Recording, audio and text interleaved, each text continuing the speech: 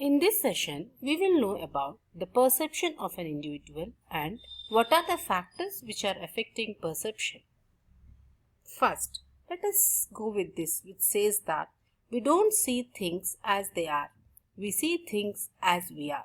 And this is, we can say, the ultimate perception is all about.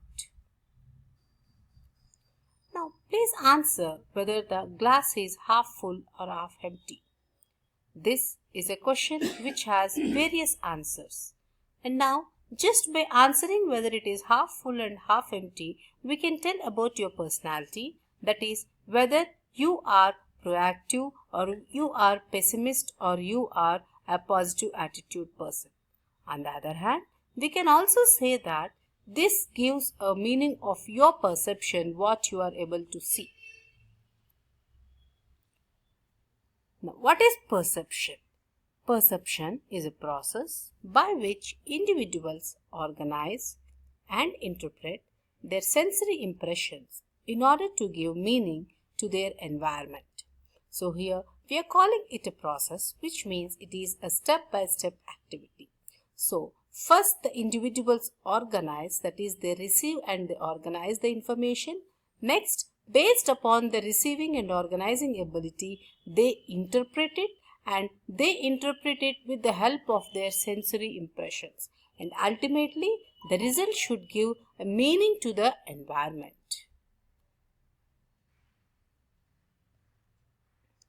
What are the factors which are affecting the perception? If you count down, there are various factors which are going to affect the perception. But basically, we can say that there are three important elements which are going to affect the perception of an individual. First, it is the perceiver, that is the individual himself. Second, it is the object or the target which we are viewing. And the third most important is the situation. So the perceiver, the target and the situation, three of them as a triangle, they give meaning to what is perception. In detail, if you want, we can discuss here, where the perception is a result of the factors in the perceiver, the perceiver's attitudes, motives, interests, experiences and expectations. Suppose we see something and if you like a red color, you think that it is red color because your interest as well as you have a personal liking towards that red color. And the second one is the factors in the perception. So the three important factors which are going to affect your perception is the time, the work setting and the social setting. And the most important thing is the target, the factors. So here, depending upon whether the target is novel, it is having an emotion, any sound, any size, background, proximity and similarity.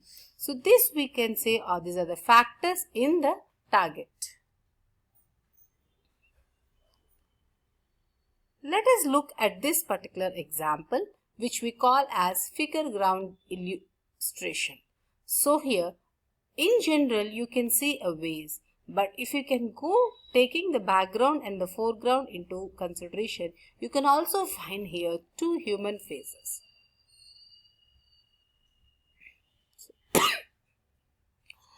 As a manager, what is the importance for you to know about perception? Perception is something which results in judging others. We judge individuals by perceiving them. So generally some perceptual errors are selective perception. People selectively interpret what they see on the basis of their interests, their background, experiences and attitudes. And the second one is halo effect.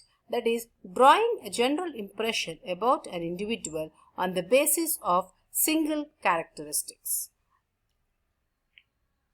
Suppose if an employee is performing to the best of his abilities and always crossing the target line, and in some instance he is not able to reach the target, instead of appreciating, the employee need to face criticism because earlier he was able to reach the targets, but now he is not able to reach the targets. So as a manager, if you are aware of these perceptual problems, you can find some solution to the workplace emotional or human element.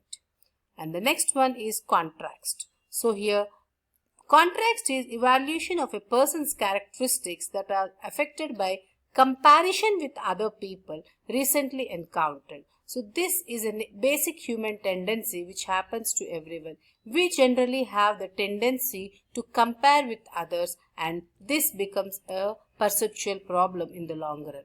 And next is projection, that is attributing one's own characteristics to others, and stereotyping, judging someone on the basis of one's perception of the group to which that particular person belongs. Here I have a group of some illustrations regarding perception which will help you to identify what actually perception is. At a glance, if you can see this elephant, how many legs can you find out? Any guess? In general, we know that the elephant has 4 legs. Yes, some of you are thinking of 6, 8, 10. Oh my God, the number is increasing. I don't want to do it. Just will stop there. So if you can see there here, we can see that here, depending upon the contrast, you are able to define the number of legs. But in general, if you go counting them literally, you cannot find 4 legs. And here I have created some perceptual illusion which made you to think that an elephant has more than 4 legs. But the sensible answer, if you are answering that elephant is having 8 legs, it doesn't give any meaning to the environment. So your answer should also be related to the environment. Look at this picture. So now I have various circles which are moving clockwise and anti-clockwise. Just look at them for a while. Yeah, I want everyone to look at them. Now can you tell me which circle is moving clockwise and which circle is moving anti-clockwise? No discussion, please. Yeah, you are right. The first one is moving clockwise and the second one is moving anti-clockwise. And kudos to all who have given the answer as right. But now I'll tell you. Look at them once again. See, in fact, these circles are not at all moving. It is only the contrast and the color combination and the way of organizing which gave you a meaning or to think that they are moving in either clockwise or anti-clockwise direction.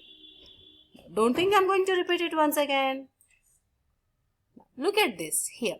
Now you can see something like anyone from BTech background or engineering background or something who has some hands of experience in repairing your bike. I think you can tell what it is. Yeah, you can find some bearings, all these things. Can you tell me which way they are moving?